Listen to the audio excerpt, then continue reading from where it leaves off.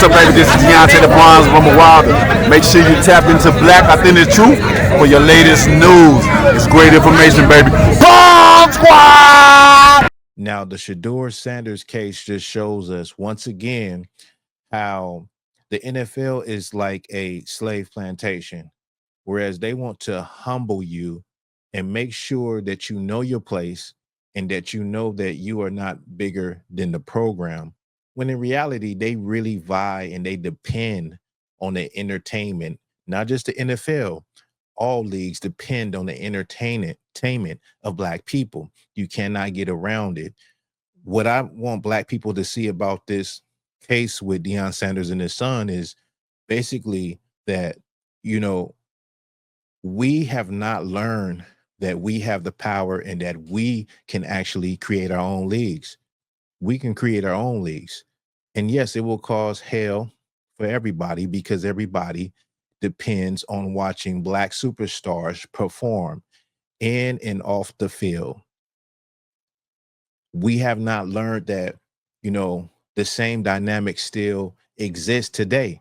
In this situation, now that Shedeur has been drafted, this situation still will not go away as far as, you know, you can tell that the owners all collaborated together not to draft him. The same as with Colin Kaepernick. Now, the Colin Kaepernick situation is a little different, but we see how they want to make it known and send a message. And so on face value, most people will argue, like, you can't say that this is racism because you had other Black picks that went in the draft before Shedeur went. So you can't say it's about race, right? True, on face value, I agree. On face value, but this is the thing. What it is showing you that is that even though a Black person can be successful and get drafted, it also shows you that they still want to have the stance of buck breaking and humbling a Black man that is confident, that is sure, that speaks with charisma, that, you know, knows what he offers to a team. And so his father was that same way. That's the same pedigree he comes from. But as Black men, what you have to understand is that it's okay to be free. It's okay to speak the truth. It's okay to have confidence. And a lot of white old men don't want you to have that type of confidence. They don't want you to have that, you know, that bravado that you're supposed to have, that God put into you. And that's why I say Black people have to stop begging and stop asking and say, you know, we don't need your leagues. We can create our own leagues. We can create our own leagues and people will come to them. Do you remember when it was that NBA lockout and then NBA players were going into high school gyms and people were still coming to see them and paying to see them? People will pay to see the raw talent that Black people have anywhere on this planet. You know what I'm saying? Including a regular playground.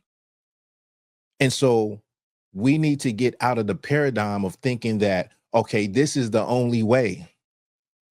What you saw was a modern day buck breaking. They wanted to humble Deion Sanders and his son. They wanted to humble them and put them in their place and make them understand who's in control and who runs the program. We know who runs the program. We definitely understand who runs the program. You remember when they had what was that? That was it George Floyd, when NBA players decided they wasn't going to play? They went out their way to get Barack Obama to send him to go speak to the top players. I think it was LeBron and Kawhi, to get them to go ahead and play. Because when that money ain't coming in now, all of these white owners, these white American owners, these Jewish owners of these NFL teams and NBA teams start panicking. They're not going to be broke. They're just panicking because they're not going to be able to, you know, have those vacation homes they have in different countries. But the point is that we control, you know, the flow, but we have to realize it. We have to stop begging, you know, these owners and our oppressors to be a part of some league that doesn't even respect you. And time again has clearly shown with Kaepernick, clearly shown in this situation with Shedeur Sanders that you know, they want you to see that they're in control and you're not in control.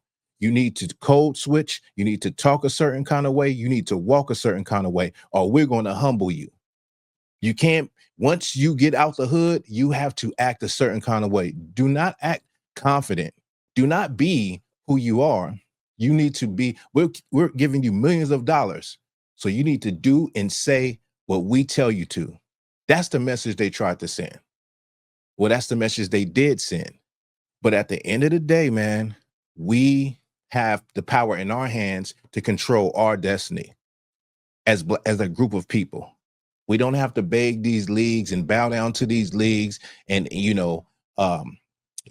go through this type of ordeal that, the Sanders family just went through, when we know that he has the raw talent to perform on that high level. So it wasn't about that. It was about sending a message. And that message is nigga, don't get out of order. Watch your mouth. Watch what you say. We're going to show you who's in charge.